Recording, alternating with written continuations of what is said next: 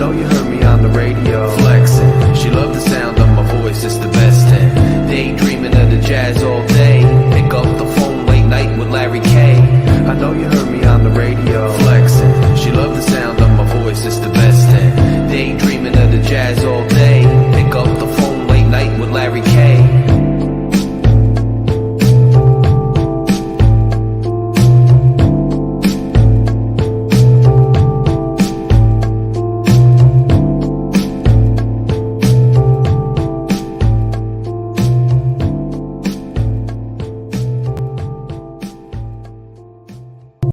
Fury fam, we are back at it, man. And I'm sorry that it was a little bit delayed on getting the stream up today. I'm sorry. We haven't had much fanfare and advertising. I've been busy as hell. Life gets in the way. That's what happens. But this is game week. And don't think I forgot about giving you guys a season prediction video. That's coming on Friday. I figured, hey, everybody else is going to do their videos early in the week. Everybody's expecting it. Everybody's doing what they do. But we are going to have our video on Friday. Everybody's getting amped for the season on Friday. Everybody's excited about NFL weekend. Thursday night hits, then Friday we are going to put out our prediction video. And honestly, guys, to be dead honest, I haven't gone through the schedule game by game yet. And so I'm actually excited to go through the schedule that way and actually break it down and actually give you guys a legitimate prediction, you know, from my brain. Obviously, you know, we do everything objective, so it'll be legitimate, and it'll be, you know, without any nonsense. So I'm looking forward to giving you guys that. I'm looking forward to the NFL starting tomorrow. I mean, we've been waiting all off season for this. And by the way, we are full partners now, so go ahead, smash the chats, go ahead, throw donations, whatever you want to do. But I'm just happy you're here, Fury fam. I'm happy you're in the building. If you have not smashed the subscribe button yet, please go ahead and smash the subscribe button.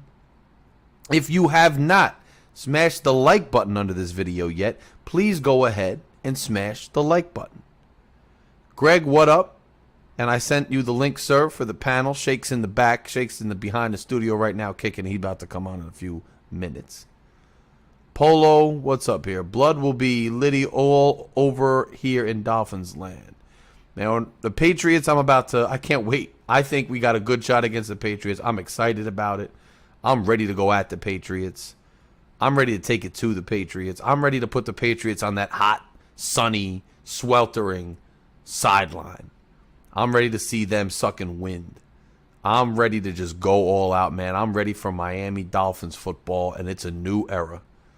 It's the McDaniel era, and I'll be honest with you. I know that the Tua Tagovailoa era started 2 years ago, technically, but to me, based on what we've been hearing, this is the start of the Tua era. And I'm excited to see what Tua is about to do. So this is a start of a brand new era, and this is game week, man. If you ain't excited right now, as a football fan and a Dolphins fan, I don't know what you can be excited about. And I see Greg. Greg's behind the scenes now. He's about to come on too. And I'll tell you, Greg was talking about college football, man. I just made a trip up to Boston this weekend to go see my Rutgers, which I'm a graduate, 2 degrees from Rutgers, take on Boston College, and that was a good time for me, man. Boston's an awesome city. Had a great time. Spent a lot of time in the North End and whatnot, and we beat Boston College in Boston. I was there. It was nice, and I'm hoping that my teams get Boston 2 weeks in a row and take them out the way they're supposed to. Boston College last week by Rutgers, and this week the Miami Dolphins take on the New England Patriots and beat them. That's what I'm looking for. That's what I'm hoping for. I'm ready for it. I hope you're ready for it. Finn's take with man, Finn's take, what's good? What the hell's good? Nice to see you in here. Nice to see you. Everybody, if you haven't smashed subscribe, you haven't smashed like, smash it. We got a good amount of people in here. Smash it. Polo, Tua is a cornball, but I hope he shines this season. If not, hit the road, Jack. I agree with that, man. I've been saying that. My position has not changed in regard to that. My position will not change in regard to that. That is where we're at. So I understand that fully. I get it. I hear you.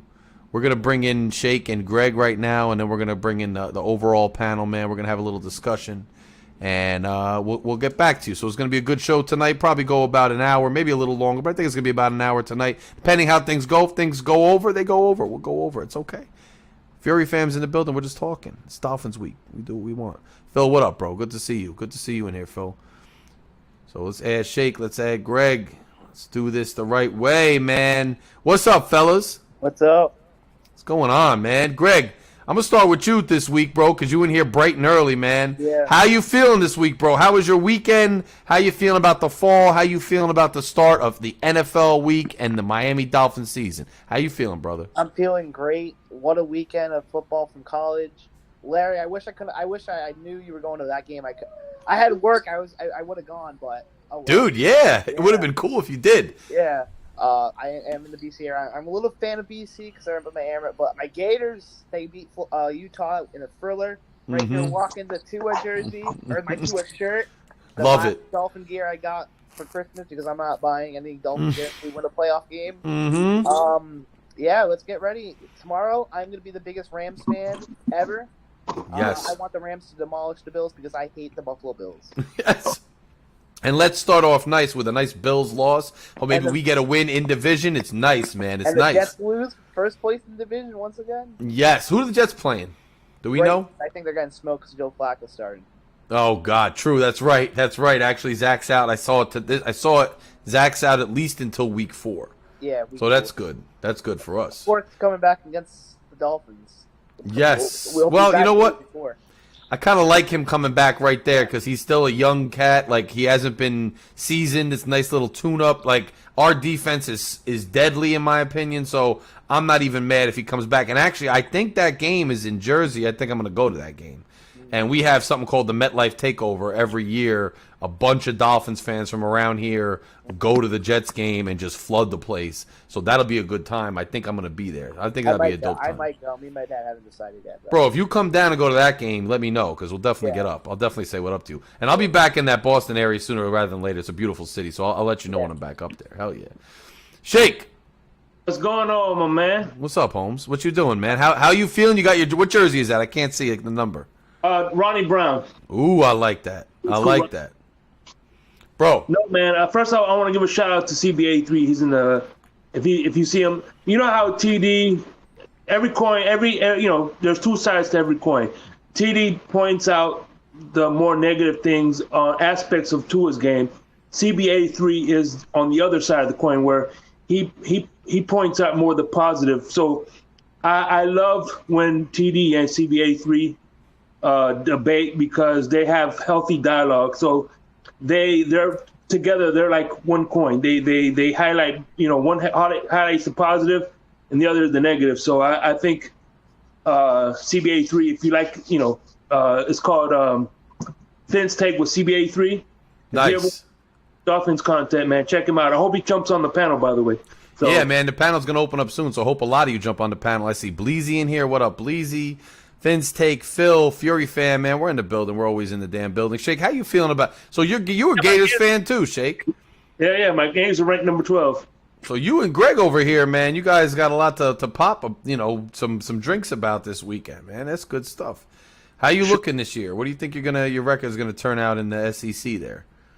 I would say we'll get like three to four losses. I'm realistic. That ain't bad, bro. You got a decent bowl game, take on somebody good, and just have a good season. That's good, man. I don't hate on that. That's a solid college football season. How you feeling about the Miami Dolphins, Shake, man? How you feeling about tomorrow night's game? I feel good. Look, at the end of the day, if you're a skeptic and you have PSD and you want to be negative, I think that's your prerogative and you have every right to. But me personally, I am hyped. I am the opposite. Every year, I am excited until I have no reason not to be. So right. Everything is fresh. Everything is new. I think that I like McDaniel. I like the fact that, and I've said it since we were on TD's platform, I like Josh Boyer because at the end of the day, he is to me, to Brian Flores, what McDaniel was to Shanahan. He's a schematic guy who knows how to do good plays, and I think that's why we have Sam Madison. Sam Madison will be the straw that stirs the defense. So I'm excited, man. And honestly, I was on a panel the other night. We had the first Miami Dolphins debate panel, and we were discussing how Boyer was actually an innovator from a schematic X's and O's standpoint before he wound up with us and before he kind of went through the NFL ranks. And so that gave me even more confidence that Josh Boyer kind of is behind a lot of the schematic prowess of the Miami Dolphins defense, and he's a big reason why the Miami Dolphins defense has done what it does. So I have even more confidence in Boyer going forward, and I like this McDaniel-Boyer thing. I think Boyer is going to have a good handle on the defense. I don't think the defense is really going to lose a step. The only thing I think they might lose a step on, and we talked about this last week, is I think they may lose a step just because of Jones being out. And we'll see how they kind of... So the depth chart I checked today, it does, in fact, have Nick Needham listed in that Jones spot, but that's not necessarily going to be the case because they only have 2 cornerbacks listed on the depth chart. So if you're going into nickel or you're going in with 3 defensive backs, we might still see something where you might shift Nick inside and have a backup outside, or you might still shift Nick outside with a slot cover. My brother, Nick Needham is going to be out of that game because, remember, he's suffering as well. So it's going to be Noah and Xavier Howard. And Crossley will be the slot guy. Bro, that's even tougher. So Nick is out. Yeah, because he suffered. The second or third game. I'm escaping me right now. But so the reports came out. So he's damn. So I saw too on the injury front that Waddle was practicing today in a limited capacity, and he was, he had his quad brace off, so it looks like he's going to be good to go, which is huge for us. But I'll tell you what, man, I'm worried. Can color me worried, man. Yeah. Without Needham and without Jones, that's going to be tough, man.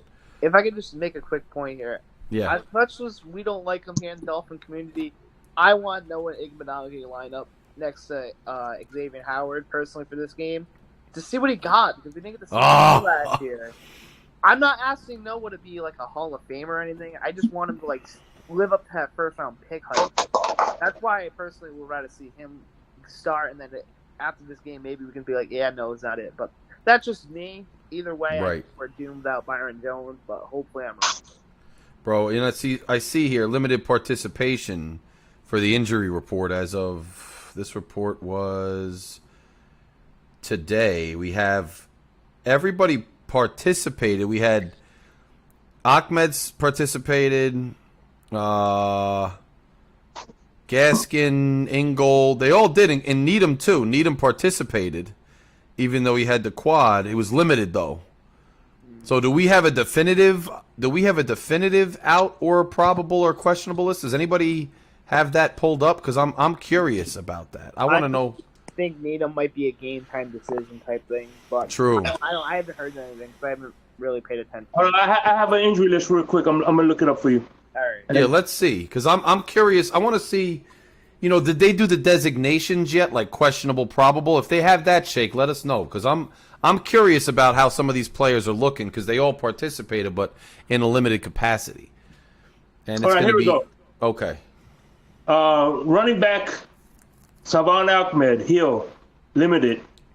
Tyron Armstrong, Armstead, whatever, vet rest. Tight end Connor, knee, limited.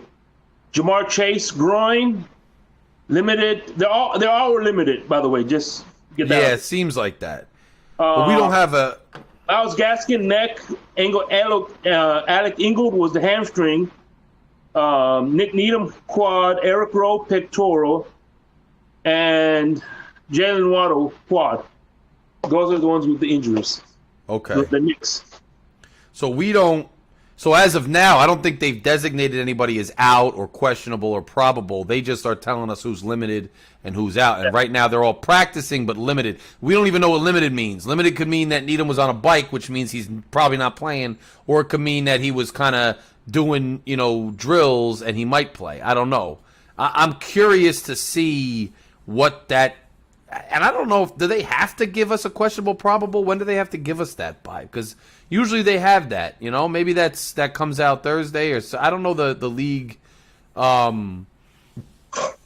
The way the league does it, but I'm curious to see when we get closer to the game what the designations are, and I'm curious to see what happens because and look, Greg, to your point, at the end of the day, if we don't have Needham, it's the Pats, it's not the Bills, it's not some high-powered passing offense. Maybe you put Noah in there, you see what we got in him. If he's not good enough, you pull him out. We got another corner that's young. We play him. We see what happens. Luckily, this isn't the Bills this first week, but we're going to come up against them pretty soon. So hopefully he's back.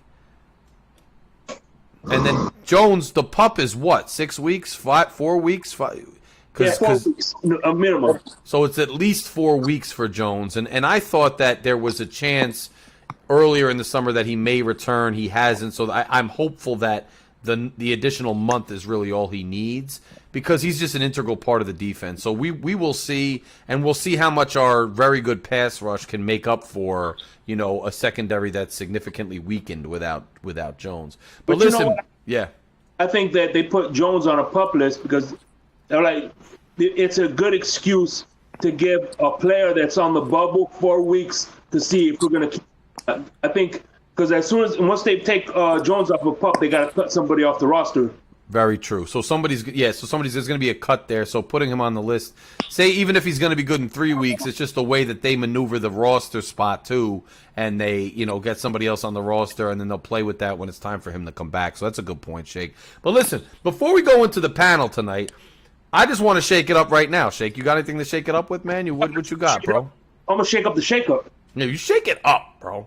Shake up this beer right now and then pop. Let's go.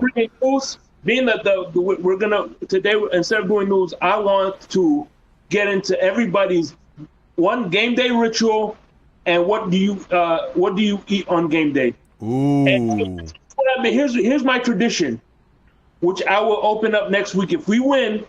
Every year I get a bottle of this. Yo. It's it's Blue Nun 24 karat gold, which is $14 bottle of cheap German sparkling. Mm-hmm. And every year it's this particular brand. And the first I open this with my first win. And then if we make the playoffs, I got the Luke Blair from Rick Ross. I like that, bro. So if we win the playoffs, I'm definitely opening this. But next Wednesday, when we beat the Patriots, I'm going to be opening this and toasting right here next Wednesday. Yo, I might have to join you in that ritual, actually. I might have to buy a bottle of bubbly, and next Wednesday, if we beat the Patriots, I might have to toast with you, bro. We might have to make that a Phin-Addict Fury LG shaking the panel tradition starting this year, bro. And I'm going to go get bubbly this weekend and do it. And I'm excited about that. And then you're going to have to tell me, DM me or something, the other stuff you got for the playoffs, because I might have to get that too, just in case we make the playoffs. We might have to do another toast on this show to that, and that might be something to do. So I like that. I'll tell you this, bro. My game day ritual, I don't have anything like that until now. I'm going to. It's interesting because it's Sundays, right? So I will either do, like, if I'm out, obviously, at the bars or whatever, I do wings and fries and beer and all that, which is sometimes I'm out. If I'm at the game, I'm tailgating, bro. I got subs, I got burgers, I got all that. And that's some of the games. Now, other days, if I'm just at home and I'm watching on TV, since it's the fall and it's getting cooler out, bro, there's one of two things I usually eat. And it's a weird thing, but this is me. This is what I do.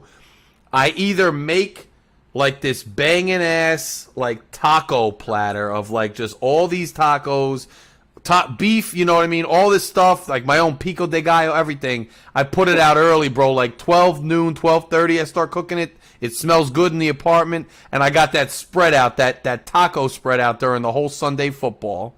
Or, since if it gets even colder, man, I'm Italian, man, I'll have sauce on the stove. I'll simmer it all day, and I'm making like ziti or a gavadil and meat sauce or something, and I'm having that aroma all day. And while that's going on, I'm crushing either Heineken, Peroni, or whatever other IPA or whatever I found in the store because it's Sunday, bro. I'm getting up early. I'm watching the pregame shows, and I'm watching. And then what I'm doing is usually got the phone in my hand, and I usually have TD on it, like doing play-by-play, but muted because I'm watching the game. But if something crazy happens, bad or good, I unmute it and listen to TD go off about it, and then I put it down. And then I usually am ready with my Dan Marino poster to do like a quick little video if I have to. And this year, I think, is going to be the first year since we made partner where you're going to see if I'm home and I want to discuss the game, I'm going to just fire this bad boy up and I'm going to go live and we're going to talk about the game. But that's kind of my varied and complex and myriad of Sunday traditions. But Shake, I'm going to join you with this bubbly thing, my brother. I'm going to join you with this. But you know what? One of my weird rituals is all right. What I do is before the game starts, I do this every Sunday. I put in my laundry, wash. Halftime, I put it in the dryer, and after the game, but that's my good luck ritual. And when I'm putting my clothes in the dryer, I put on TD's halftime to make sure when the game starts, every time I watch TD when I'm watching the game, something bad happens all the time. So I watch. It makes sense, bro. You gotta that type of. You know what else I do? I'm a crazy person, so that's like superstition.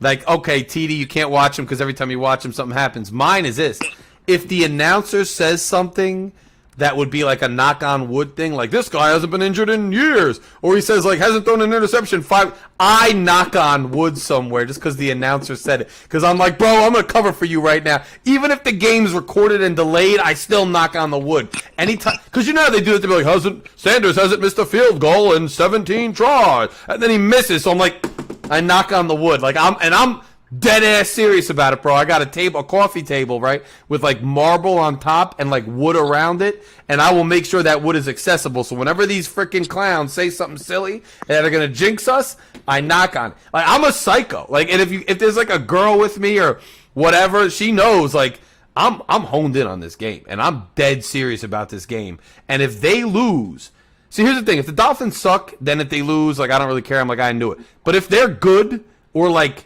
middling and the game means something, bro, like that'll either like I'll have the best Sunday after the game, watch the highlights, watch every commentator, do my little video, whatever. If they lose, I want to like shut football off and like go watch something completely unrelated. But I'm such a fan now that I'll still go and watch all the shows and have commentary and all that, and then watch, but for like a solid hour, like the 4:00 games, I'll like zone out. That's me. Greg, what's your tradition, bro? Well, tell us your Sunday and football traditions.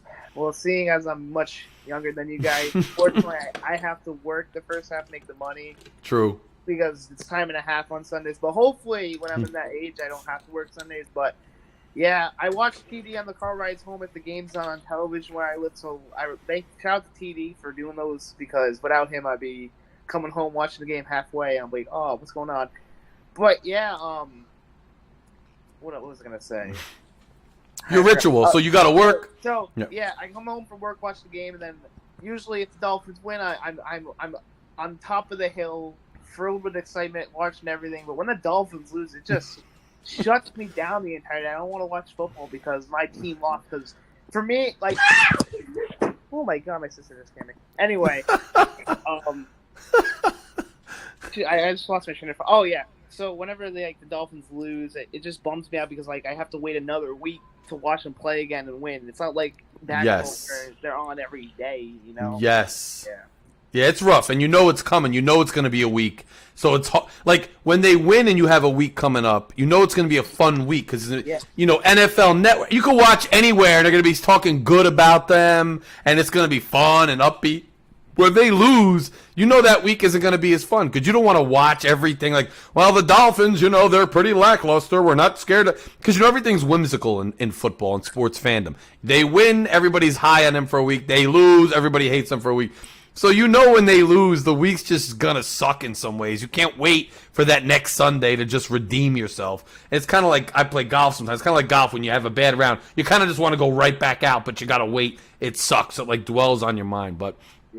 Yeah, man. So I hope, when you get up to this age, you're not working on Sundays and you are popping something. When I was your age, I was working some Sundays. I wasn't popping a damn thing. So I hear you. We'll get here and it'll be fun. And you'll still be on the show, hopefully. God willing, the show will be much bigger and it'll still be going. And we'll be discussing us talking about this years ago when you're at that level. We'll be getting together too.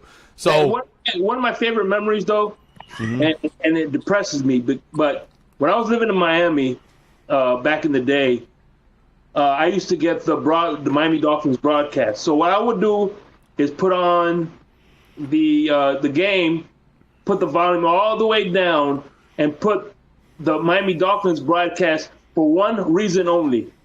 Yes. Jim Mandich. Oh, yeah. God. Oh, yes, bro.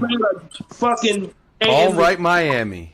What I want to give to hear him call one more game. Me, Jim Mandich, without Jim Mandich is like watching a Stone Cold Steve Austin fight without Jim Ross. Right, right. Yeah, they both go hand in hand, man. Jim Mandich, God rest his soul, he is the best commentator in my opinion. Bro, he was great. So he was quick-witted, and the shit that he used to say, bro, you be like, what the hell? Where the hell did that come from? You know what I mean? Yes, and coining phrases and whatnot. And so do you still get the Miami broadcast, Shake, or you don't? Yeah, it's because I got the Fort Myers station. So unfortunately, in my house, I don't get it so good. But if I'm out and about, I'm driving around, I Fort Myers station, and I can listen to the game that way. That makes sense. And then do you get the TV? Are you in the Dolphins market in Fort Myers? Fort Myers is Dolphins and Tampa. It is. Oh, so it's both. So you get both.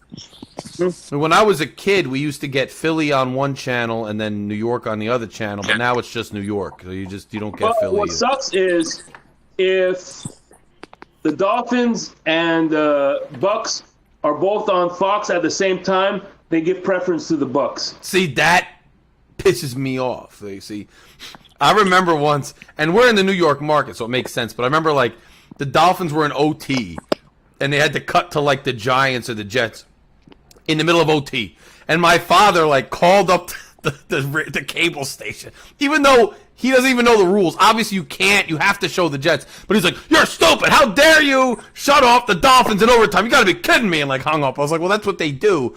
But that's so you're in quasi territory, but if it's Fox, they'll give preference to the Bucks. Interesting, because one's obviously CBS and one is Fox. You know, as an AFC fan, it's kind of funny. I said this. As an AFC guy, it would feel weird to me to watch Fox all day.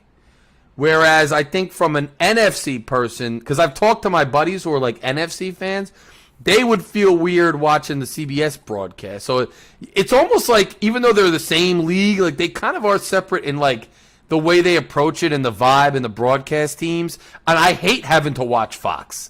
Like, I don't dislike Fox or the crew. It's actually fun when I tune in, but it's just weird to me because I have CBS on like all friggin' day. Just an interesting thing. I don't know.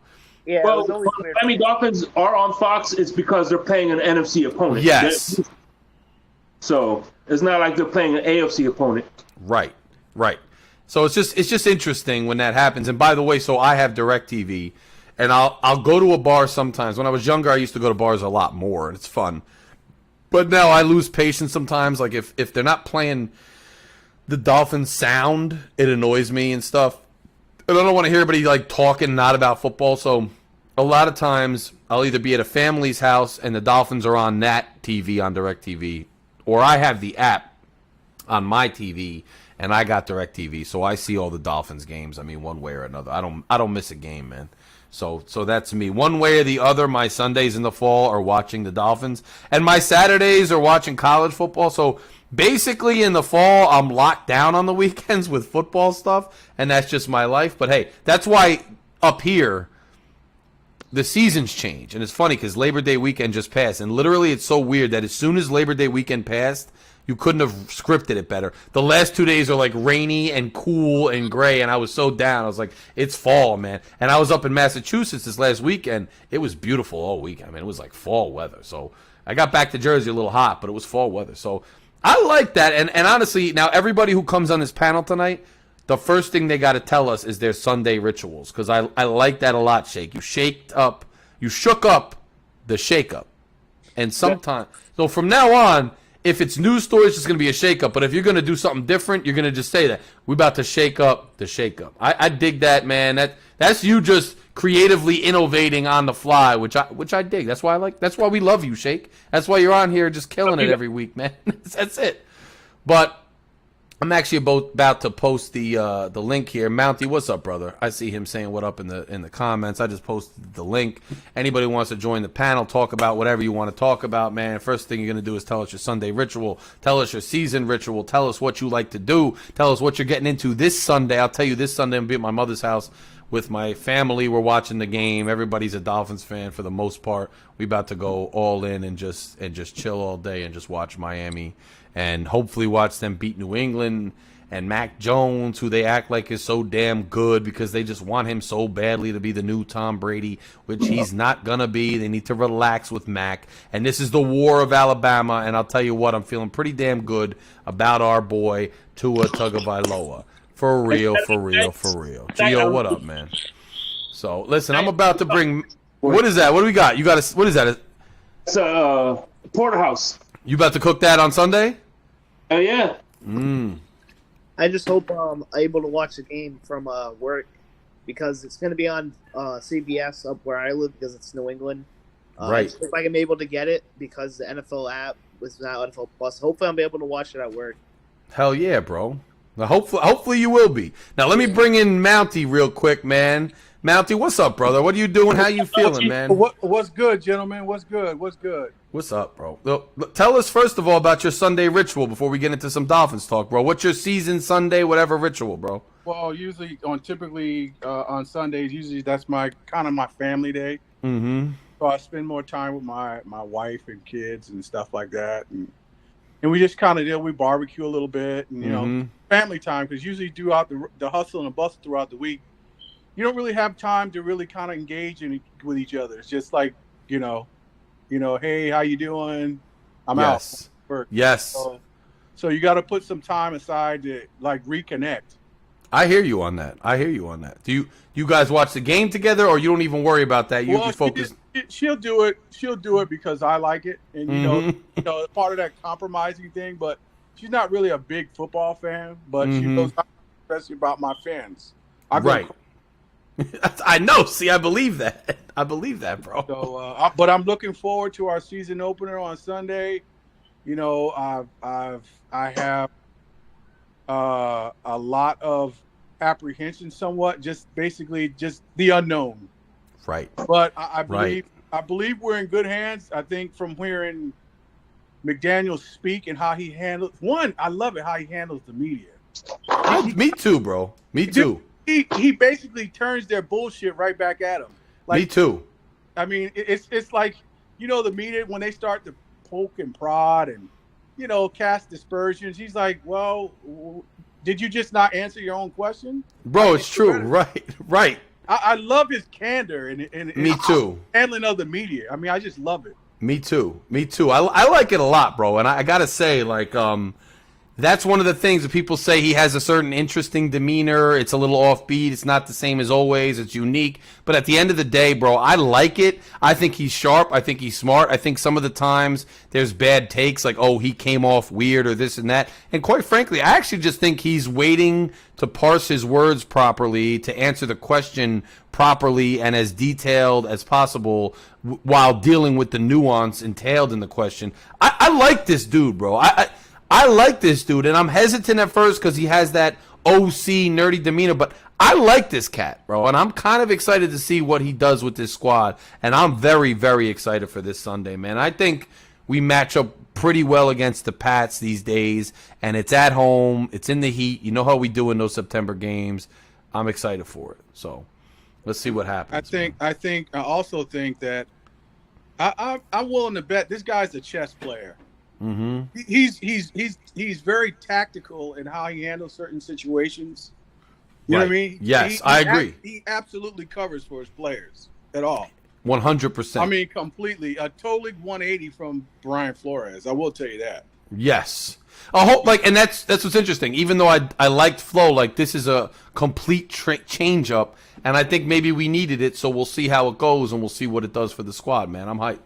All right, but let me bring in You Do This to the chat, man, and You Do This before you tell us anything. Tell us about your Sunday ritual, bro.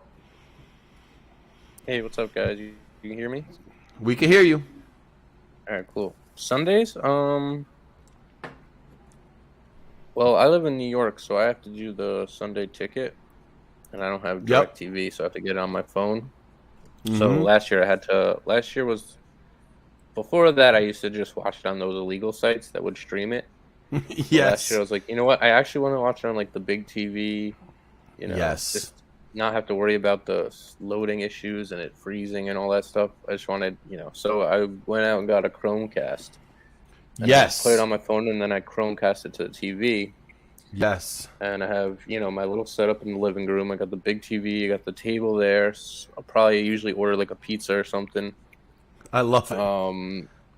Yeah, and it's like my back door is kind of close to where my living room is. So, and the window from that spot, you can see inside. So if I ever, like, want to step outside for a second, I step outside and still see what's going on, all that stuff. Like, I have it set up pretty nice. Dude, that's awesome. If we win, or my whole week is determined by whether we win or lose. I will be miserable when we lose for the whole week. I won't. And like, when we win, I look up all the I just type in Miami Dolphins on YouTube. I go to all the Dolphins YouTubers, watch all their reactions to it, watch all their live reactions, whatever, all their videos on it, and then I'll go to, like, the national media stuff, and I'll check that stuff. But if we lose, I don't check anything. Nobody gets. I mean, it's just a couple of YouTubers I'll go check, just as But I usually just blank it out until they start with the previews, and once the previews for the next week starts, then I'll start watching stuff again. But I don't watch anything if we lose. I do. I'm gonna take you one step further. When I lose, I log out of my Facebook and my IG because I don't want any notifications. Right. Yeah, I can see that too. So I'm a mix. Like, sometimes I just want to zone out from football altogether, but sometimes I'm so annoyed. Like, I think if it's a close game, I'm more annoyed. I want to just hear all the different analysis from different perspectives of everybody. So I go onto YouTube a lot and just keep bouncing between the channels to hear what they have to say. So, but it depends, man. If we lose and I'm, like, just out of the mood, I just mute everything. And even if I do that, though, by the next day or two, I'm kind of tuning into content again to try to just reflect on the loss and get back into it. But for a good day or two, I'm just totally blanked out of football, and I don't even pay attention at all. And that's just how I do it, and that's just what happens. But so I was in fantasy leagues last year, and I'm in fantasy leagues this year too. So if we lose, I usually then focus on, okay, I could still win my fantasy league this week, and I start watching those games. I have the Sunday ticket anyway. So it kind of keeps me out of it for a couple of days, just paying attention to that. If I lose my fantasy leagues and the Dolphins lose, oh my God, then it's like, I don't know what to do with myself. I want everyone to leave me alone. Don't talk to me. Yeah, and that's like my fantasy league too.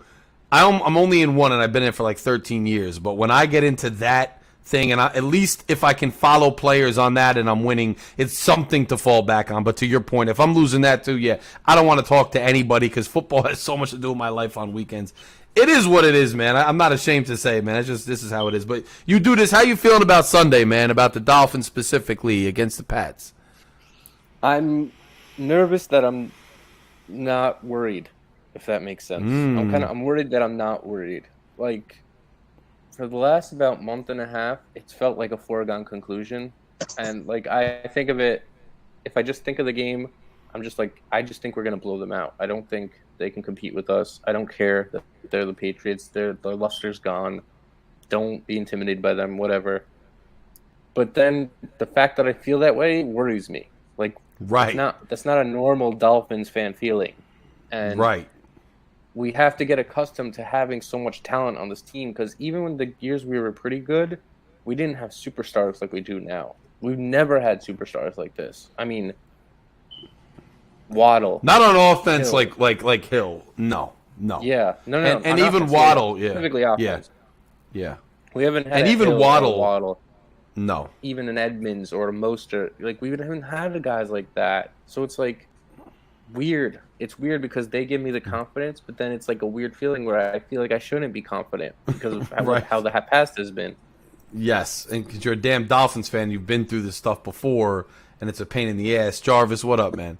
But yeah, no, I hear you. I completely understand that, and for some reason, I'm not that worried either, which is making me a little nervous now that I think about it. But I think too, even at my fantasy draft with like Waddle, like people still don't understand. Like the dude broke the rookie receiving, receptions record. The dude is a star, and now you're combining him with Hill, who's a superstar, bona fide, objective superstar. And at the end of the day, man, it's a lot of firepower, and we expect to do well this year, especially based on what we've kind of seen and the reports coming out of camp. And we hope that those are accurate and that they're not inflated because we are so confident right now. And that's just where we are. And guys, I'm going to let you know, man, what up to everybody in the chat. Jarvis, what's going on, man? The super chat is open. You want to show any love to the channel, donate something to the channel, go ahead and donate. I'll highlight your comment. We'll talk about it. So that's open because we are full partners now. Right now, I'm just going to open up to the panel, man. Shake, Greg, Mounty, you do this, man. Any of you can pose a question if you want, or just something you want to express or talk about, man. Just let loose, man. The floor is yours, and let's just discuss, maybe Sunday, maybe the injuries, maybe what you expect for the season, how you're feeling about the season, whatever, man. I'm going to open up the floor to the panel. The floor is yours, man. I'm worried about Waddle's quad because when I was a freshman in college, I played, I was playing soccer on not seriously, in the clubs, how they do club stuff where it's just for fun. And I never played soccer in my life growing up, so I was just doing it because my friends were all soccer players, so I played with them. Mm-hmm. And I kicked the ball one time, and my toe went into the ground a little bit.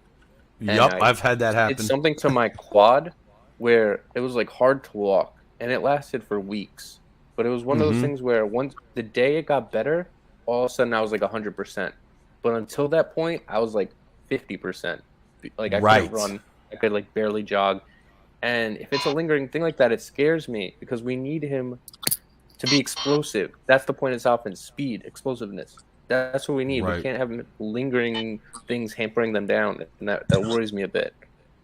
And that's kind of funny that you say that because just when I was looking at the injury report earlier today, I saw, he was a limited participant in practice with no quad brace. And I thought the same thing to myself. Okay, so he's a limited participant, but then I started envisioning what does he do if he's still feeling it? I mean, he's not going to be as explosive. He's not going to be running those same routes. He's not going to be as effective. So that's a significant and legitimate worry to have, based on what's going on. I could definitely see that. So, I'm a little worried too. I want to see how he does. I want to see, I think he's going to play. And I think Jarvis on the chat says he thinks Waddle's injury seems more serious than they're putting on. I don't know. I mean, I think he should be okay if he's playing without the brace today. I don't know why they would, have him look less injured, when they're supposed to actually be, that would not give them a competitive advantage. If anything, they'd want him to look more injured. So the fact that he's playing without the brace, I think, is a good sign. But that doesn't negate your concern or my concern that I share with you that he may not be up to 100%, which does limit his effectiveness, especially in this offense, which requires, these two fast guys to give the defense fits. I will say I expect the defense to still be trying to double Hill because you got to do what you got to do, pick your poison. And I still think hopefully Waddle will have a decent day finding his spot in the seam and whatnot. But we got some running backs that can catch the ball out of the backfield, and we still got Mike Gesicki on the team, who's a weird mismatch. So hopefully we can negate that, but we will see. I share in that concern. Anybody else? What else you feeling about Sunday, man? That was my thing I was telling my Patriot friends. If Waddle and Hill both play, the Patriots have no cornerbacks to cover both of them. Even if they double team them, I mean, the one's going to eat. Right. So if they both play, I think we're going to win. I don't think it's going to be a blow. I think it's going to be close in the beginning. I think if you see a blow, it's the second half. But but the Patriots do have a good defense though, outside of the backs. So yeah, their front seven, they were within the top. I think they were top second in the league for defense. I think so. I mean, their defense is going to be stout. We already know that, and they have one of the greatest coaches of all time, and Bill Belichick, even if he does cheat. But what I'm saying, look, I think McDaniel's got stuff up his sleeve too. He studies film too. So he seems like a great chess player. He's very smart, knows how to make adjustments. Hey, and don't sleep on Eric Ezukama. They've shown that they are capable receivers. No, I agree with you 100%. And you're right. That receiving core, bro, like there's no reason to sleep on any of our offensive personnel or weapons. Even if somebody is significantly limited, I still think we have the weapons to go around, bro. Good point. And I'm actually, to your point, especially with Belichick coming more from the defensive end, even though he's obviously as a head coach gone and delved into the offensive end a bit as far as innovation is concerned too. He's still a defensive coach. And then you have McDaniel, who's an offensive, coach. I'm excited to see because just because we've struck out before with these mastermind type gurus does not mean that like the league is not due for another one to emerge and to break out. And there's no reason why that person can't be Mike McDaniel.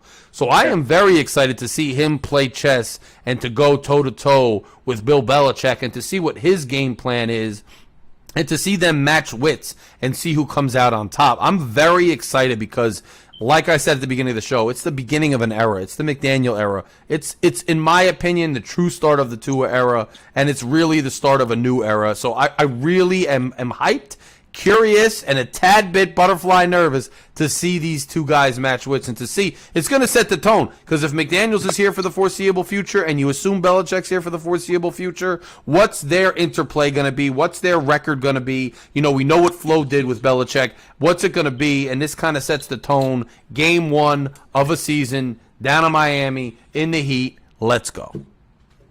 Yeah, I also feel like Belichick's taking it a little more seriously than he usually does too. Just because we beat him 3 times in a row, we swept him last year, and I don't think he likes that. I don't think he likes that he isn't being able to beat Tua yet. What I'm hoping happens is he outsmarts himself, kind of thing, if that makes sense. And he's done it before.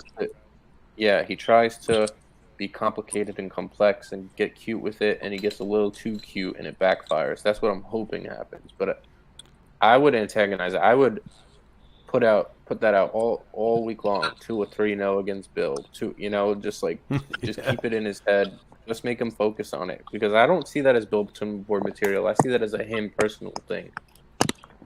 Yeah, and I mean, look, remember him? Was it the Colts where he went for it on 4th down, like in his own territory, and it was he didn't get it, and then they won. I mean, he's done a lot of brilliant things in his career. There's no questioning how he's built a team, how he kind of disciplines his team, how his teams play, how his teams are resilient. At the same time, he's done things, to your point, that have sometimes seemed like he is kind of outsmarting himself. He's trying to outtink the outthinkers, and sometimes it seems to bite him in the butt.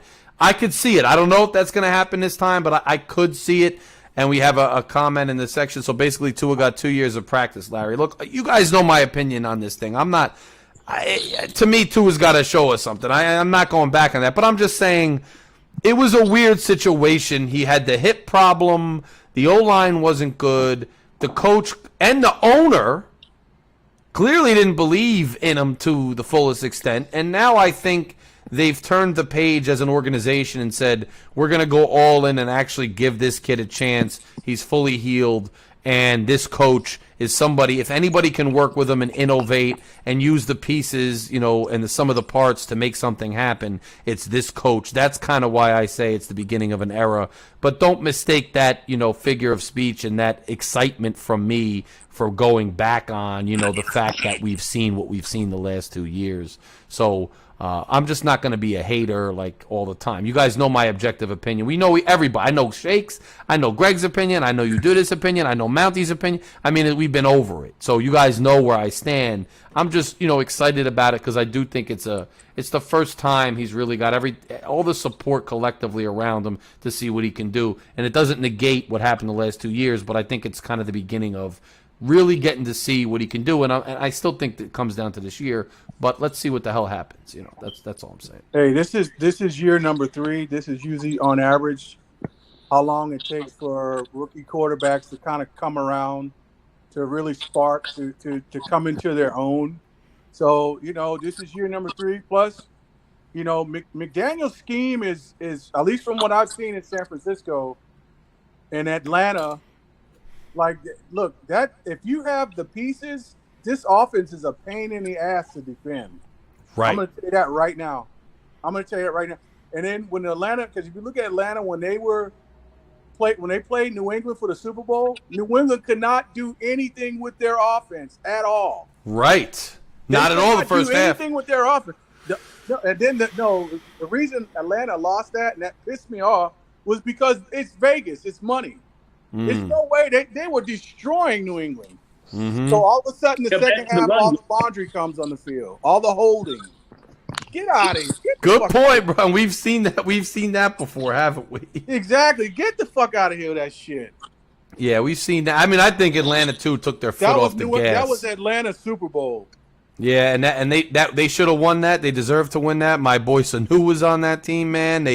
Matty Ice, man, he came so far to try to win that game. The Falcons had been there before in '98, and now they're there. At the end of the day, man, it was a letdown, especially to us Dolphins fans who wanted Atlanta to win, shut the Patriots up, and they should have won. But, I also think Atlanta took their feet off the gas a little. Those games, it kind of happened with us with Kansas City a couple years back, but Kansas City still pulled it out, where you're up so much at halftime, you almost feel the other team, like, kind of bled off, and you get one touchdown, they still don't care, then 2 touchdowns, and all of a sudden, you get 2 touchdowns, and you're like a score and a half or 2 scores away, and they still don't really wake up, and all of a sudden, the team comes back. I felt like Atlanta kind of let their foot off the gas and didn't wake up until it was a little later. It was a big letdown, and so was that Seattle Super Bowl. We've been over that ad nauseum, but it's true. It was just tough. If you go through all Super Bowl runs, there's in all of them, Patriots, I think, except for one, there's a weird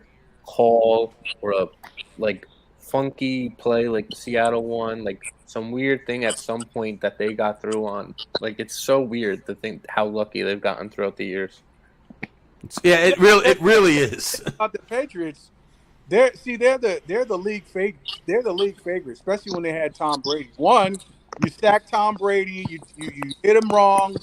Here comes the laundry, and you know what? In addition to that, they might even lighten your wallet a little bit, give you a fine. This guy's the Patriots are like the untouchables. Well, remember in 2019, Christian Wilkins by the referee. Be careful how you. What'd you say, Shake?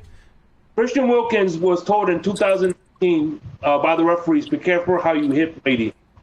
I believe it. I heard about that, and that's probably true. And you know what? Yeah. True. I heard. Remember when we had Ndamukong Suh? Mm-hmm. Ndamukong Suh and Cameron Wake on the same. Cameron Wake and Ndamukong Suh came loose at the same time. Can you imagine what Suh would have done to Brady? They called the play dead. Yes. I'm like, dude, that's some bullshit, man. Yes. That's some whack ass shit. I don't know if you guys have watched the Untold series on Netflix. It's like all sports documentaries. They're kind of trying to emulate I need the to watch 30 the for 30. basketball one, the ref. Yeah, so that I haven't seen yet, but when I was up in Boston this weekend, I was with a couple buddies, and one of my friends had watched it, and he said, like, they basically, I'm not giving away too many details, watch it, but it was like, they do try to, like, one game, they'll all try to hold the whistle for as long as they can and, like, make a bet on it. Other times, they'll just be trying to call everything. They definitely give deference to certain players. Like, there was an emphasis, apparently, to call certain, fouls on certain players or certain carries or something, but they refused to do it on Jordan. Like, he kind of gives insight to the point that for a fact they favor certain players and they call games certain ways for certain reasons, and it's really undeniable. But I want to watch that doc, and you guys should watch it so we can talk about it. Because I don't doubt for a second that they favored New England. Whether like blatant cheating or just simply like deference, it definitely exists. It definitely exists. Clear. It's bias. It's just bias because that Atlanta. Go ahead. Yeah. I always thought about this, that like, I try to put myself, like, what if I tried to be a referee in the NFL or NBA? Like, there's no way I couldn't not be biased. There's just some players that rub me the wrong way. Some teams I can't stand. Some teams I have like a soft spot for. And it's like, who are these human beings that are infallible and so unbiased that they're able to do this? Like, it just doesn't happen. So when they see a team like New England that's dominated for so long, it becomes a feedback loop because they start giving them the calls they expect them to get, and all of a sudden now they keep winning. And that's what happens when a lot of times when you see these teams go on these long dynasty runs, they get those biased calls, and professional sports needs to do something about it because basketball refs are bad, but so are football refs. The umpires in the MLB are bad. Like, I know it's hard. It's obviously really hard, but there needs to be some reform going on in there. Right. No, I agree. I think it's tough for sure, and it's obviously any human being is going to be biased in some way, and we kind of learn that. That's one of the things we've been discussing in society recently and whatnot. And so obviously it's going to happen with officiating and referees too, but there should be some better stand. And I'll just say this too. The NFL, I mean, over the last several seasons I think last year might have been a little better, but like the last several seasons, they've been just terribly inconsistent. Terribly bad calls. I almost think they're becoming over-reliant on the replay system because I almost feel like they'll just make a terrible call willy-nilly because they know the replay, officials in New York are going to call it, and it just seemed less sharp. I just have not been impressed at all. Do you remember the year that they made pass interference illegal or reviewable? Yeah, that was terrible. None of the refs would overturn it. Like, that never made sense to me. You remember that? But no one would challenge it anymore because they refused to overturn it even if it was obvious. Yes, but I hated that rule. I hated letting it be challengeable because to me, some games are going to let you be more physical. Some games are going to let you be less physical. I get why they did it, but then I also get why the refs refuse to overturn it because they're like, yo, this isn't going to fly because this kills the flow of the game. But yes, they were blatantly just ignored. But I don't agree. All the rules the same every game. That's how I am. Nah. All right, Shake, what's up? Are you saying that you just brought up a memory of we lost the last game to Adam Gase because of that pass interference in the last 2 minutes? It wasn't a pass interference. It was against Nick Needham. The guy hit his back of his helmet or something like that. It was a bang-bang play. They reviewed it. They gave the Jets the first down, and that's how they were able to beat us the second time. I remember that. You're right, Shake. I remember that. You're right. So wait, they did reverse that. Yeah. Yeah, they did. I remember that call. I was upset about that. I don't like them challenging it. To me, it's like, yeah, there might be some bad missed calls, but like to me, okay, challenging a missed call to me, I just don't like because it's like there's missed calls on every play. Let's be real. It depends on how the game is being called. Now, if it's completely blatantly unequal, i.e. this team holds every play, you never call it, and this team, is never holding, but you're calling like ticky-tack stuff, that's not fair. But if the game itself is allowed to be physical, that game, like it happens in basketball, it happens in football, like they're just letting them play, then I don't think, you could let them play all game, but at the end of because I think that's what happened at that Jets game, bro. I thought they were letting them play, if I remember, and it was a physical game, and then at the end, all of a sudden the coach threw the challenge flag, and now they're going to reverse it. That's why I just don't like challenging a non-call like that, as blatant as it may be. It wasn't a flag because it was within the 2 minutes. It was challenged. Oh, it was upstairs. Okay. I still don't like it. And now I don't think they can challenge that because they got rid of that 1 year later. Not even upstairs could challenge it, which I agree with. It's just, to me, that's just going a step too far with the challenges. Like, I don't want to hear what the coach's opinion of what should have been called. We all agree, he hit him. But, if they ain't calling it, they ain't calling it. That's just me. Anybody else want to weigh in on that? Greg, Mountie, we know how you do this feels. You know how Shake feels. You know how I feel. Nobody? What's up? I'm not real big on it. I'm not real big on that. That's a real big spoiler for trying to review a penalty. I mean, look, I get it. You make good calls, sometimes you make bad ones. But look, sometimes you just gotta sometimes you just gotta just go with the flow of the game and stop really trying to nitpick things. Right. Let the game flow. I mean, you're gonna miss some calls. Some calls you shouldn't be calling football. Just right. Right. My uncle, he used to referee football, high school. He's like, holding happens on every play. Exactly. Holding happens on every play. It's just a point to the fact where it doesn't give the opposite player an advantage. Right. That's what I'm saying. Like and sometimes like you'll see if there's an illegal man downfield, but only 2 yards, and it's away from the play where the ball is, or there's a minor holding thing, but it's on the back side of the play. It doesn't affect the play. It doesn't spring the runner loose. You'll see them not call it. I agree with that. Because like you said, there's something on every play. Unless it impacts the play, we would be there all day, like with flags, and never play the game. I kind of like them getting into a groove. One of the biggest things I hate is when they're inconsistent. If you're going to call a ticky-tacky game, call a ticky-tacky game. If you're going to let them play, let them play. But don't go back and forth. That's my pet peeve. But I agree with you, Mountie. Greg, what's your thoughts on that? One thing I was going to say about the refs, I don't know if you guys noticed, either college or NFL, whenever a running back gets a long run, next thing you know, it's a holding call. And then they got to go all the way back. I don't know if you guys noticed that, but that's what I was gonna say. Yeah, that's they make everybody seem to think. They make everybody seem to think. Oh, the only reason he got a long run like that, somebody had to have held somebody. Right. Dude, look, somebody missed the block. Somebody wasn't where they're supposed to be. The running back juked somebody. It happens. Yeah. Well, you do this. That's an insult to people. That's an insult to a player. No, you're right. You do this. What were you going to say? Because you have the opposite opinion too. So I want to give you a chance to rebut these comments here. Well, I don't know necessarily if I'm opposite, but just a quick comment on that. The last couple of years they've de-emphasized holding, specifically to help the offense and, like you're saying, get more in a groove. So because it does happen every play, they're trying really to get it, on plays that it's obvious that it affected it.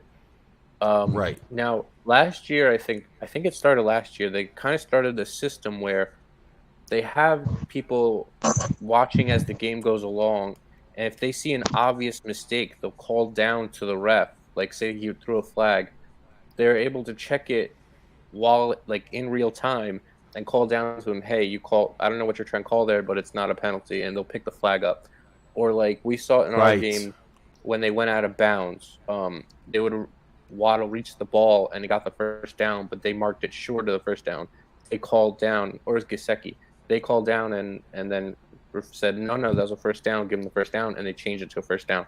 That, I think, is the area where they can reform it to make it better, because if you have this happening in real time, then, like, at least you're not worried about, constantly having these delays and these, big intermissions.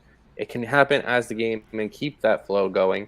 And you can get more correct calls, because I think that's the most frustrating thing is when you feel like the call's not correct. Like, I like your point about consistency. If they're calling it one way, call it that way for the whole game. Right. But a lot of times what happens is they're being consistent, but they'll miss one, or they'll be inconsistent on one.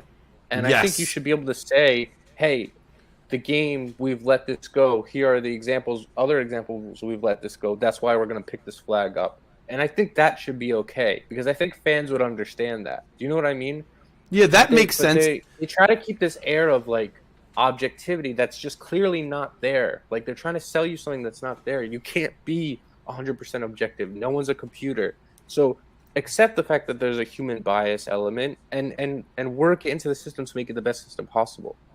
You're right. I understand. I totally get that. Like, who remembers when we played the Raiders this preseason and Gaskin fumbled and they called the play dead, where that was a live ball that costed the Raiders a touchdown. Can you imagine that being a playoff game? Yes. And Dude, I told you would have been irate.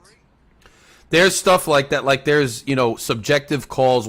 Actually, in my opinion, one of the most frustrating ones is the forward momentum calls, because you're supposed to, when the forward momentum is legitimately stopped, but I'll see guys inching forward and they'll blow the whistle, and it's sometimes frustrating for the defense because they knock the ball out. It's also frustrating for the offense because sometimes you've seen that pile collapse and the guy spin out for 3, 4, 5 more yards, and they blew the whistle, they blew it dead.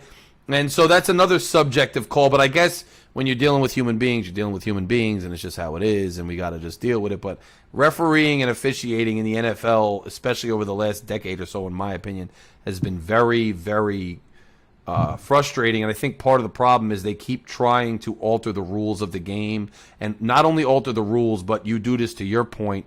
You know, they're saying there's a de-emphasization as far as calling holding calls because they want the offense to get into a groove. But I feel like there's a lot of things like that over the last 20 years or so where there's certain emphasis on certain calls and penalties because they're trying to shape the entire, like, you know, vibe, momentum, style of the game in this league. And I think that leads to a lot of frustration because these calls are so nuanced and there's so much subjectivity in human beings making these calls that when you constantly try to alter the approach to officiating, you're going to run into these problems and these, you know, different perspectives and these different approaches from these different individuals, which leads us all to be a little frustrated. That's my theory. I have been quite frustrated with officiating for those reasons. One other thing in this vein, it's not officiating per se, but something I'm really surprised with technology and science today, that they haven't been able to come up with a helmet that is able to disperse the contact to, you know, dramatically decrease the concussion percentage and stuff. Because a lot of the rules that you're talking about that they're de-emphasizing and emphasizing in the effect of player safety, which they've been doing a lot, especially over the last 10 years, could be avoided where they wouldn't have to do that if they just had the technology to protect the players with the gear. So something that I've always been super surprised with is how is there not a helmet yet that is concussion proof? Like with all the science and stuff we have, how has that not happened? Like it blows my mind that we can't do that. You know, like things like that, like that seem kind of obvious solutions to these things. Right. Well, one thing I do know for a fact, when my nephew played football 4 years ago in high school, Rodell, their line, they got a higher end line helmet that has I think, what is it called? It's called pneumatic air cushioning or something, like the padding inside the helmet. You know, the part that goes around. Like yes. Cranium. Yes. Like you could pump air into those bafflings in there which is supposed to cushion a lot of the impact. Now whether athletic trainers or equipment managers are doing what they're supposed to do or dropping the ball on that, then that's something different. But I do know whatever they need to do to get it done, but just do it. Like focus on it. You know, invest in it. Right. That's important. Well, the equipment I don't understand what game. What happened, Mountain? They have to recondition all the pads, all the pads, the helmets. They have to go for reconditioning. Right. No, but this would be invented by scientists in a lab somewhere. I'm not talking about the equipment manager's responsibility. This is like just a research and development issue. Yeah, and I think he's saying that even if the technology exists and it's like adjustable, that it's still up to the equipment managers to like cater it to each specific player's head and et cetera, et cetera. So maybe that's part of the problem. Even though they have certain technological advances, they're not being implemented at an optimal level because the equipment managers and those on the ground charged with doing it are not doing it properly, calibrating. I don't know if that's true or not. That was just what he was kind of saying. And it is interesting because helmets have gotten more and more innovative, yet they still have all these problems with concussions and everything else. Maybe we will get there, maybe we won't, but you're right. A lot of the rules emphasis is because of that. So let's just get the technology up to par and we'd be in a better place. Well, you know, I just feel like we should have heard it by now, right? We should have heard that they're trying to do that. We just don't hear it. That's just always find it so weird. Yeah, I don't know if there's. I assume somebody's trying somewhere, like Riddell or some company. They're gonna make bank if they do it, and youth football is gonna increase and everything too. But I don't know that for a fact. I assume it. I'm assuming that it's just hard to do with, the athletes too have gotten more, stronger, faster, the game's faster, so the impacts are harder, and it's just interesting. It's an interesting question. It's something we should do research on maybe and talk about, because I don't have the answer. As a matter of fact, this is the first year that the NFL is allowing alternate helmets. Before, each NFL team could only have one helmet, and that's it, a one color helmet. Not like college. College you could alternate the colors. Yes. This is the first year that teams are alternate. Like the Patriots, they have the white helmets. Bengals have the white helmets. Mm-hmm. The Giants are going back to their blue 80s helmets. So this is the first year that they're allowing. And not to mention, it's interesting is that every 10 or 5 years, I can't remember which one is it, 10 years, players have to update their helmets. They can't use the same style of helmet after 10 years. That's what happened with Brady. They give you 2 years in advance before your 10-year anniversary. Change your helmet. Is that? I guess that's a safety reason. That's why they do that. Yeah, I think so, because I remember Antonio Brown was bitching about it. What doesn't he fucking bitch about? I know. Hey, what's he doing now? Do we even know? Is he done? I think he's going to the XFL. If I'm not mistaken. I heard he's going to the XFL. That makes sense. He's a rapper. That makes sense too. Well, you want to talk about the game? Because I'm really interested. Does anyone else think the Patriots are going to regress this year? I think they're going to take a step back, even with Matt going into his second year. Greg? I think I could see him regress, but I mean, I don't know. I said 1 year, what was it? The Patriots, when Tom Brady, they were gonna fall flat in the head. This is probably when Tom Brady was like 40-something years old, and I was wrong. I think they won the Super Bowl one of those years. Yes, I think there's a good chance they regress, just because I think, despite Mac being a year more mature in the system, I don't necessarily. Well, they lost their OC, which has been kind of holding it down for them for a long time. I think Bill is kind of. I don't want to say he's lost the step, but I think he's going for this record. But I don't see the same zest or the same. And we'll see. Look, right, this season could change our minds, and he comes out with the most innovative. This whole summer could have been a mirage on purpose that he tried to throw everybody off, and all of a sudden he's got another innovative game plan, which is possible. I still think they remain respectable, but I don't think that I do see a regression, and that happens in everybody's career. Even head coaches regress at some point, and the game kind of passes them by. And I'm not saying the game has passed Bill by, but it seems as though he lost kind of some of his luster with Brady leaving. I don't know that Mac has everything, that he needs to really run the way he wants to run the team. And I just don't know. I think that the division is getting better, and I can see them regressing. I think they regressed last year from the year before, and I don't think that they are going to be maybe the same as they are, but I could see them regressing, sure. I don't know that I feel as scared of the Patriots anymore, and I know that the commentators and the media, as soon as Mac makes one good throw, they're saying, this is it. This is Mac, the new Brady, and watch out, don't count out the Pats and the you got this guy across on the other sideline, Bill Belichick. They're right, but like when Shula was in the late 90s or the mid 90s, they were still saying, watch out for Shula on the but he wasn't the way he used to be, because the game was different and whatnot. So I just think we are going to see it. I think I'm not inside Bill's head. I can see him losing some zest. I still think he's only doing this to get to Shula's record and surpass it. I don't think he's under any illusion that he's going to be a perennial Super Bowl winner anymore. But that's just pure speculation. I could see them regressing. I think I could see them regressing to a hovering around 500 team for the next couple of years. That's just me. It doesn't seem like they're at the cutting edge anymore with these other teams and these other innovative players and offenses and defenses emerging. I could see them regressing, basically just because everybody else is progressing in some way. Yeah. Well, I don't think we're going to lose. With the Patriots, this is how I look at it. The Patriots to me is like that dead animal in the backyard. I'm not picking it up till I pick up a stick and poke at it so to make it dead. Before I pick it up, that's the Patriots to me, bro. I don't care. Always with the analogies. Always with the analogies. And let's not mistake. Hey, the Patriots made the playoffs last year. Now, yeah, they started off slow. but they turn it on the second part of that second half of the season. And if I'm not mistaken, Mac Jones made the Pro Bowl, didn't he?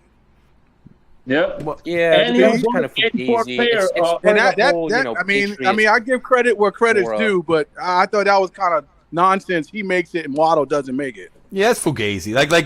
Somebody just said that it was fugazi, and I think so. I mean, that's just the fan publicity. They hyped Mac Jones up so damn much that he made it over. Like, come on, what are we doing? Dude, Waddle should have made it. Javon Holland definitely should have made it. Yes, bro. So what? Somebody was saying something before Mountie said that. So bad. Holland's gonna make it this year. He better. He better. Oh, I just had the question: if anyone here thinks we're gonna lose, I don't. I think we're gonna win. Hey, hell to the no. I'm gonna be opening this bad boy up next Wednesday. Yeah, Friday I'll have the season prediction video out. Yes. I don't know. I will be opening this bad boy up. It's Wednesday, baby. I cannot pick against the Dolphins.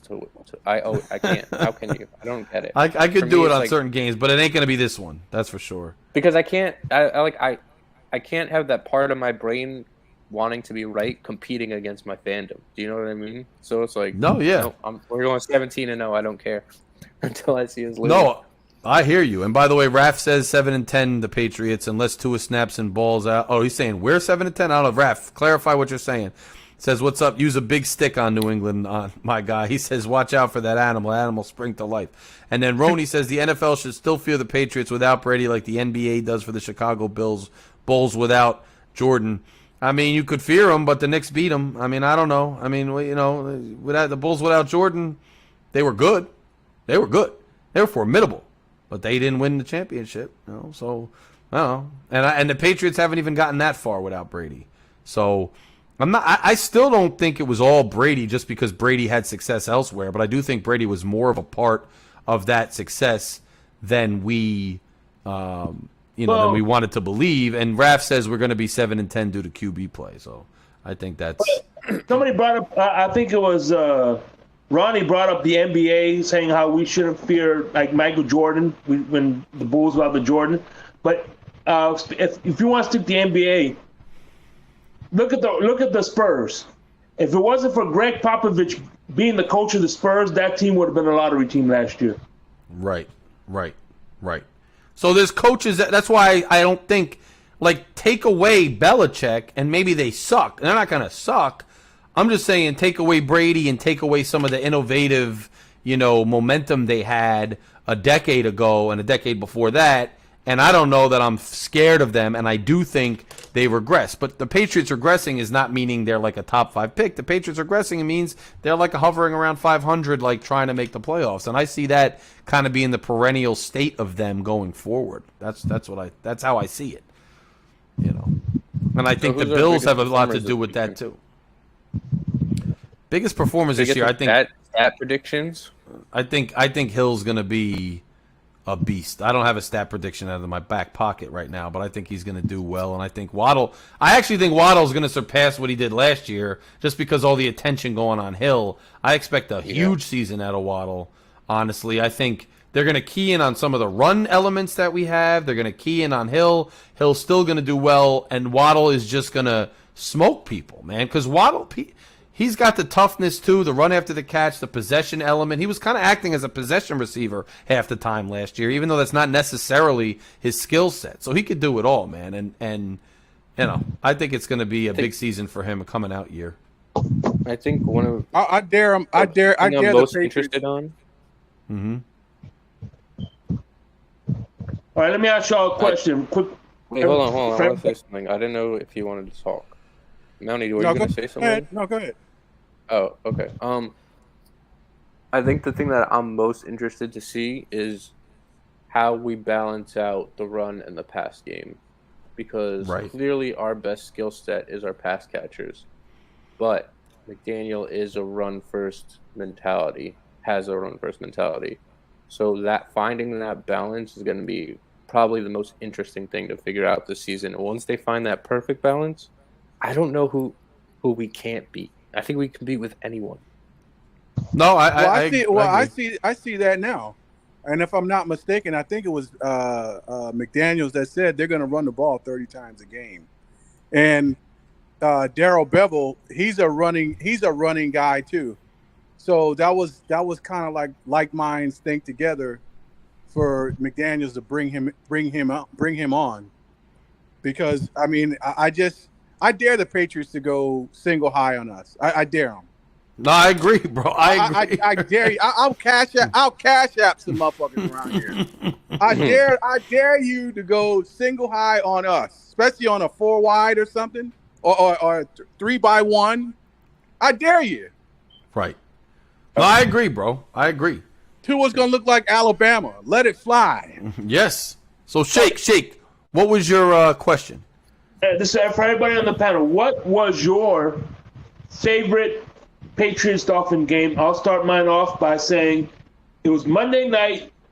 It was the year Dave Wanstead got fired. Jim Bates was the interim coach, and we wore the orange uniforms, and we came back on the Patriots in a Monday night game. That was Jay Fiedler. Yeah. That was a great game, bro. Was that 04? I believe so. It was after Wanstead's last year with the Dolphins, and Jim Bates was the interim head coach. Wow. That was a hell of a game. Shit, man. Well, for me, I think, to be fair, I only really started watching games like religiously maybe like 2010, around there, 2011. But the Miami Miracle game was insane. Especially, I mean, it sucks a little bit based on how we finished the season, but that game, oh my God, that was crazy. It was so crazy that they pulled that off. That was my favorite, because I remember going to the school the next day. I was filled with excitement. All my friends were saying, "Oh, you guys got lucky play," and I was just soaking it all in, just laughing, because when we were watching that, I'm like, I don't even know why I'm watching it, but maybe something happens, and when the next thing you know, Kenyon Drake's going by Gronk touchdown, and I was jumping for joy. But it was a good day to go into school, seeing all my friends just upset about it. It was hilarious. Oh, you know what? The Ryan Fitzpatrick game too, when he beat them 4-12, was good too. Yeah, that was good. That was really good. Because we knocked them out of the second seed. We knocked them out of the second seed into the third seed. We knocked them out of the first seed. They could have got first seed that game. Yeah. Kansas City. Remember, Andy Reid sent Flo barbecue. He said. Yeah, I remember that. And I really do believe that was the end of the era. Brady, I really do believe that, and taking away home field advantage, which they relied on for so long, I really believe was the catalyst and the final domino that ended that. So that was a huge game. Yeah. So and I think that. That's my answer. And I like the Miami Miracle game too, but bro, I don't remember the game, but there was a game where there was probably a game of each where Wake sacked Brady to end it, and then Jason Taylor did.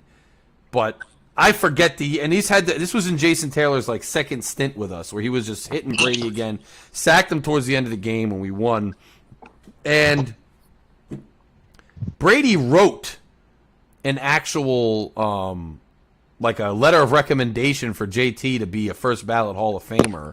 So any of those games where JT sacked him towards the end of the game down in South Florida, Brady has really had a house of horrors down there. So in addition to the 04 game, in addition to the Miami Miracle game, I'm going to toss in there.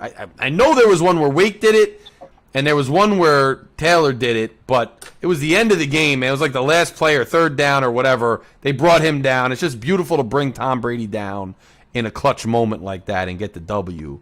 So, one thing Tom Brady said to Peyton Manning, and he agreed, he said the toughest defense he's ever played against was the early 2000 Dolphins. He said he's never played another defense like the early 2000 defenses. Bro, I believe it. Those early 2000s teams, bro. Oh my goodness. Just thinking of how many great defenses we've wasted over the years. But that's why we were talking about this defense that we have now. We don't want to waste it, and hopefully this revamped offense with a more offense-minded coach while retaining our defensive staff gets us over the hump we want to get. I'm sick of wasting good defenses. They've been wasting good defenses since I was like a since I was in late grammar school. And before that, they were wasting good offenses and wasting Marino. So I'm sick and tired of. I want to all get on the same page and all get where we want to go. To be honest. But the season starts this week, man. Steve, what I like about McDaniels is like if you look at his offenses, he's learned. He comes from a very good offensive tree where the Shanahan tree, Mike Shanahan and Bill Walsh. So he's built.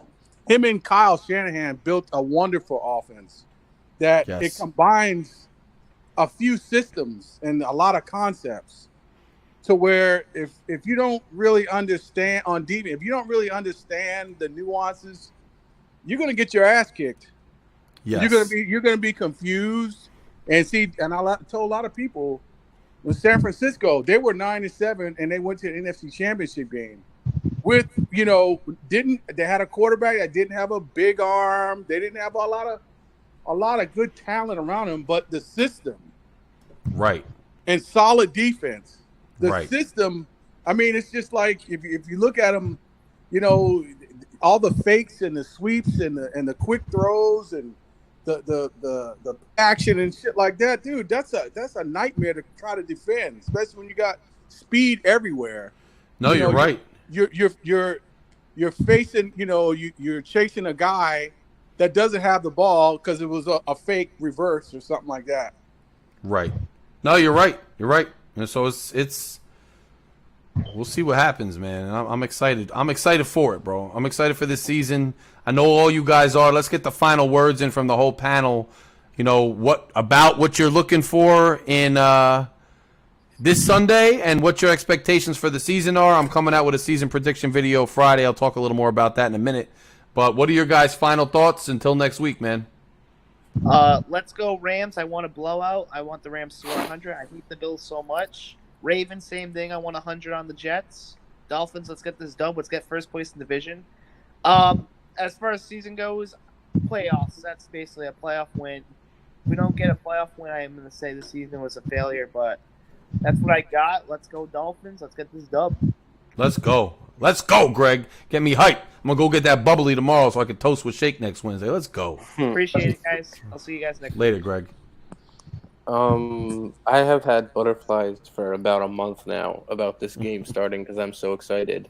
I have it took so long to get here, and now that we're like a couple days away, it just feels like it's dragging on, and I just can't wait to get to Sunday and watch these guys play. I swear to God, I want to see them like they were in that preseason Philadelphia game, the whole game. Like, I just want to see them march down the field every drive. I want to see the defense shut them down. Like, I want to see a dominant performance. I really feel like I can't predict that it's going to happen, but I can say we're capable of blowing this team out. I think we really are capable of dominating them. Should you score? Let's go 35-17. Is that enough? Is that enough to be considered a blowout?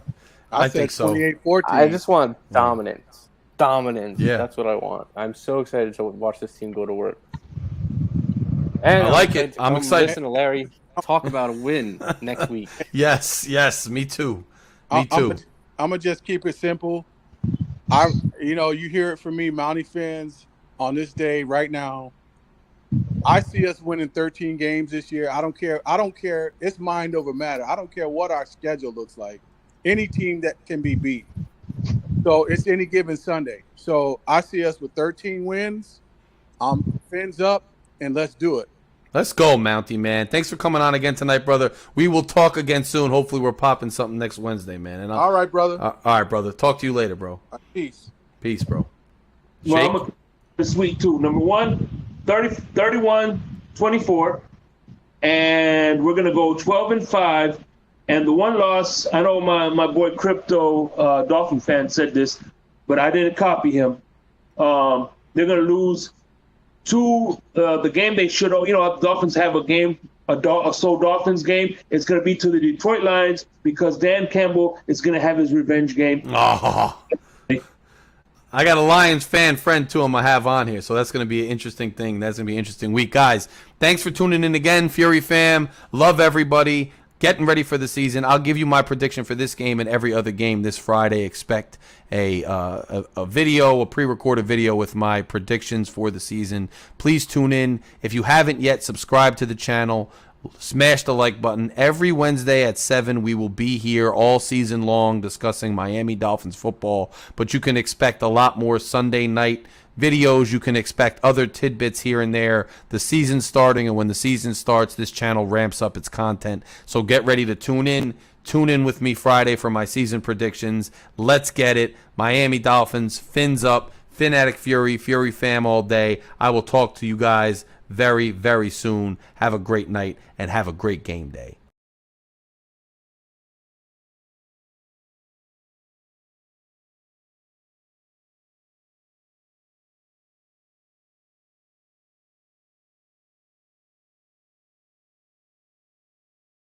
I know you heard me on the radio flexing. She loved the sound of my voice, it's the